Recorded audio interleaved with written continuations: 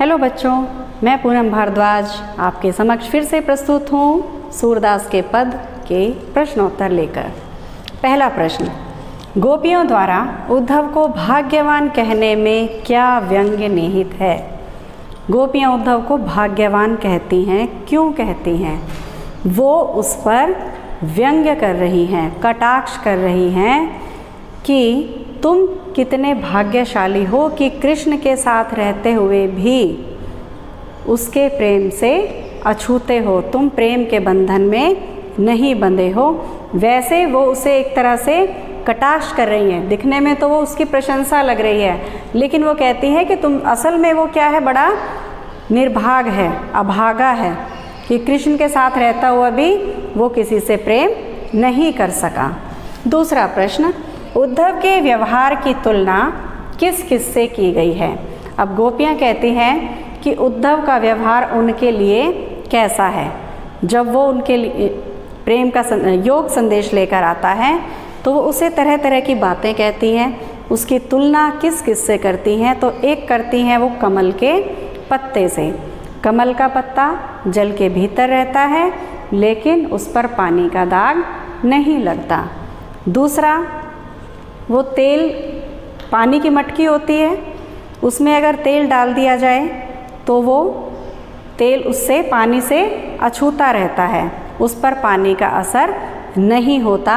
तो वही चीज़ बताई कि उद्धव भी उसी तरह से है, कमल का पत्ता है और तेल की गागरी है, तेल की मटकी है, जो वो कृष्ण के साथ रहता हुआ भी एक तरह से वो प्रेम रूपी नदी के साथ रहता है, उसके भीतर है, फिर भी प्रेम से अछूता है और योग साधना की बातें कर रहा है। तीसरा प्रश्न है, गोपियों ने किन किन उदाहरणों के माध्यम से उद्धव को उलाहने दिए हैं? अब गोपियाँ उद्धव को उलाहना देती हुई कहती हैं कि उनके मन की बात मन में ही रह गई हैं और वो अब किसी के सामने अपने प्रेम की अभिव्यक्ति नहीं कर सकती।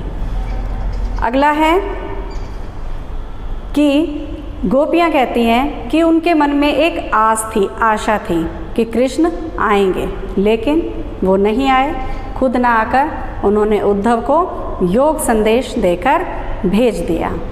फिर वो कहती हैं कि वो कृष्ण से अपनी रक्षा की गुहार लगा रही थी, लेकिन उन्होंने तो हमारी सहायता की ही नहीं, वो नहीं आए।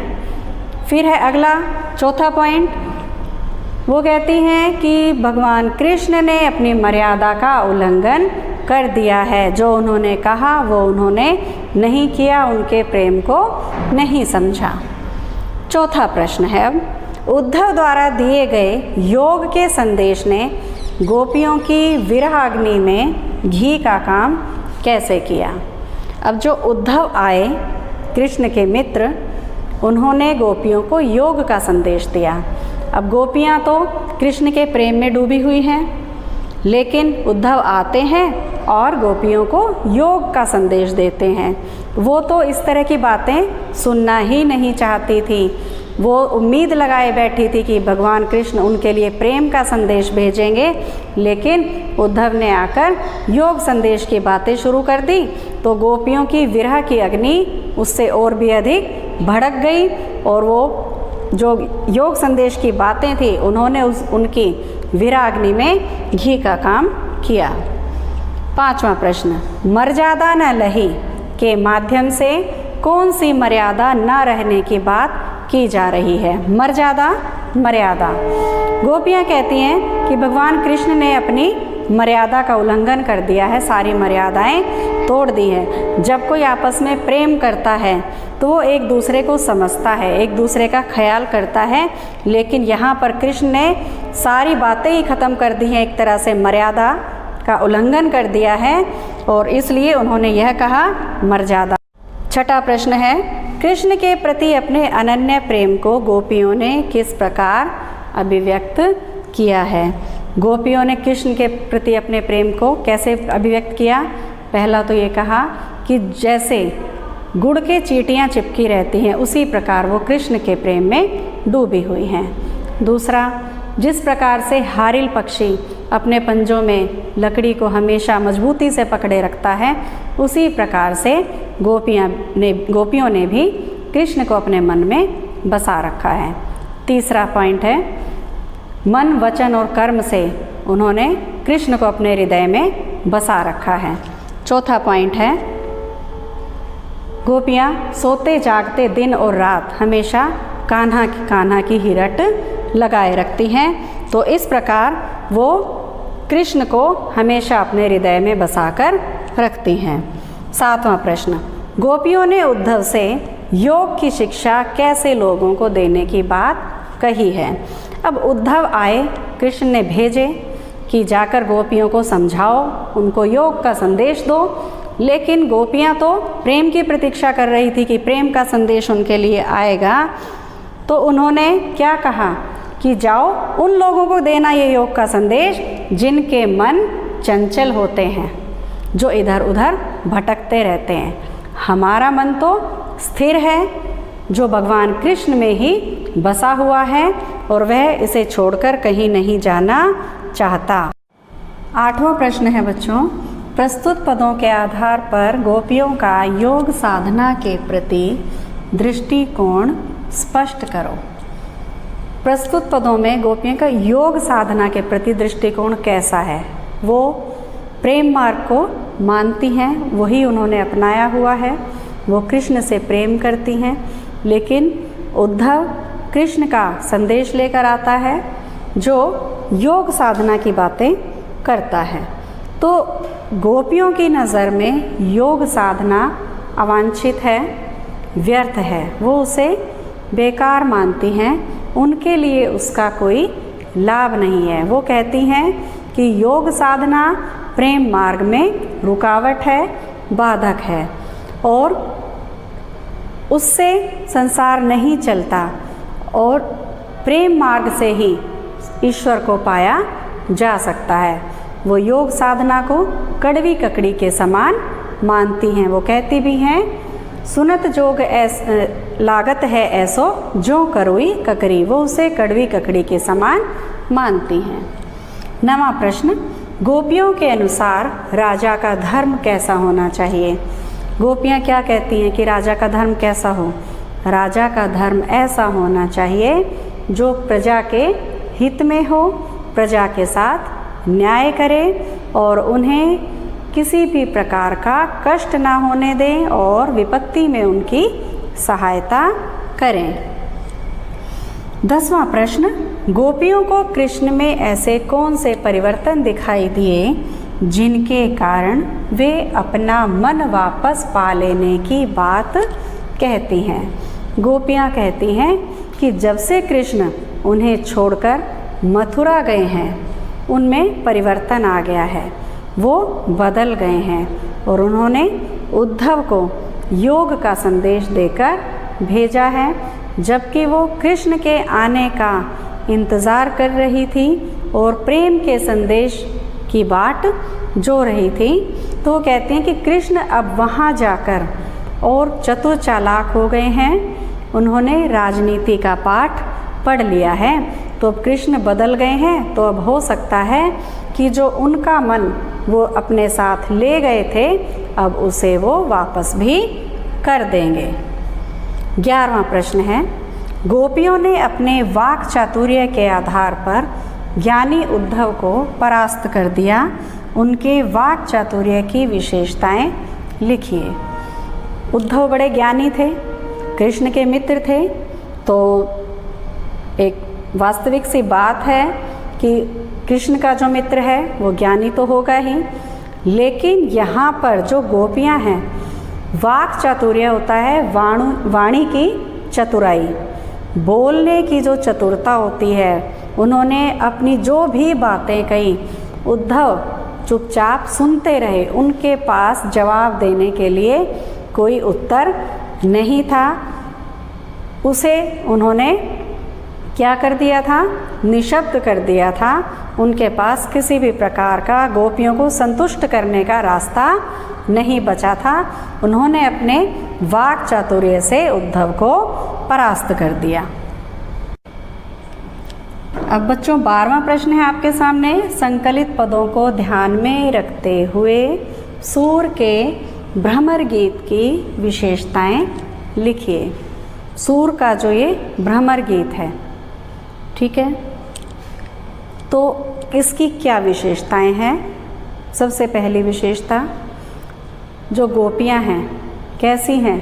कृष्ण की दीवानी है, उनका कृष्ण के प्रति प्रेम अनन्य है, संपूर्ण है और स्वार्थ रहित है। और यहाँ पर उनके वाक चातुर्य को दर्शाया गया है।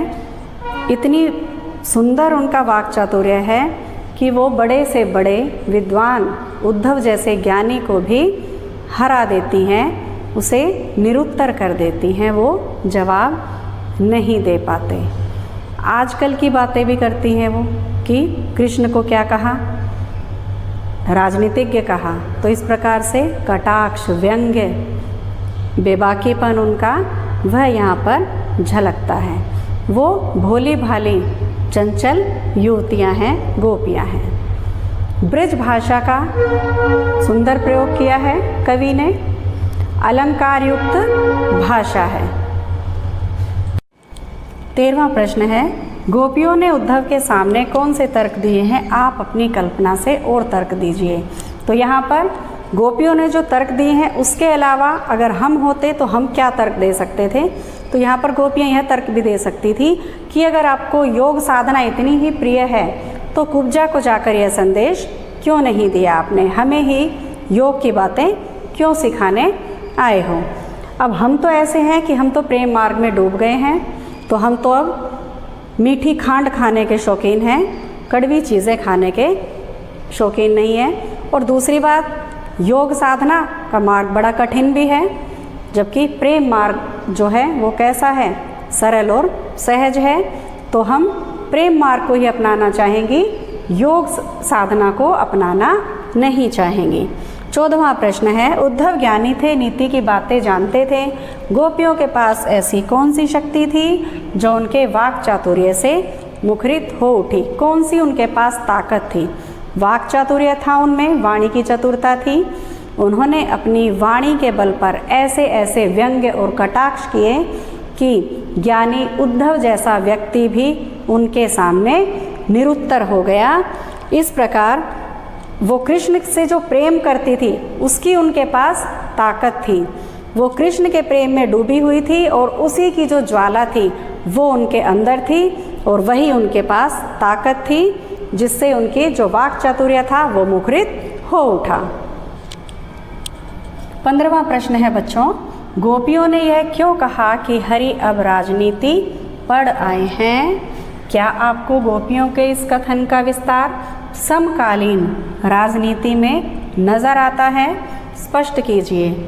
गोपियों ने क्यों कहा कि हरि ने राजनीति पढ़ ली है?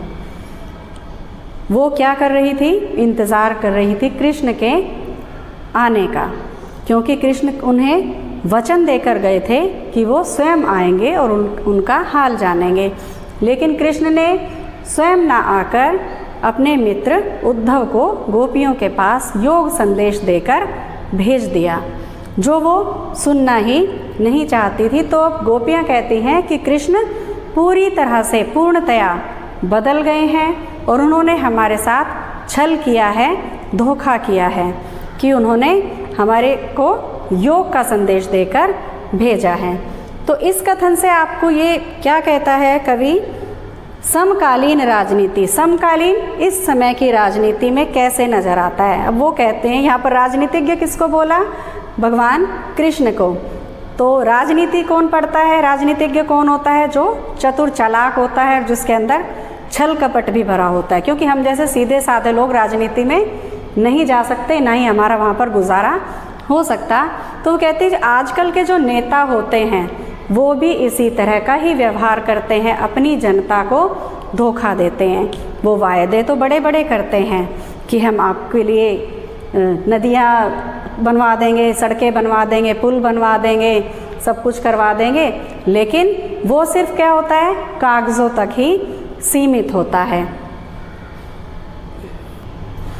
वो गरीबी हटाने की बात करते हैं, लेकिन आज़ादी से अब तक गरीबी कम नहीं हुई। गरीबों की संख्या दिन प्रतिदिन दुगनी चौगनी होती जा रही है। तो बच्चों, ये थे आपके सूरदास के पद के 15 प्रश्नोत्तर, और आशा करती हूँ कि आपको सभी प्रश्नों के उत्तर समझ आ गए होंगे। तो आप इसकी व्याख्या के लिए और प्रश्नों के उत्तर समझने के लिए मेरी वीडियो को शुरू से अंत तक देखिए। थैंक यू बच्चों।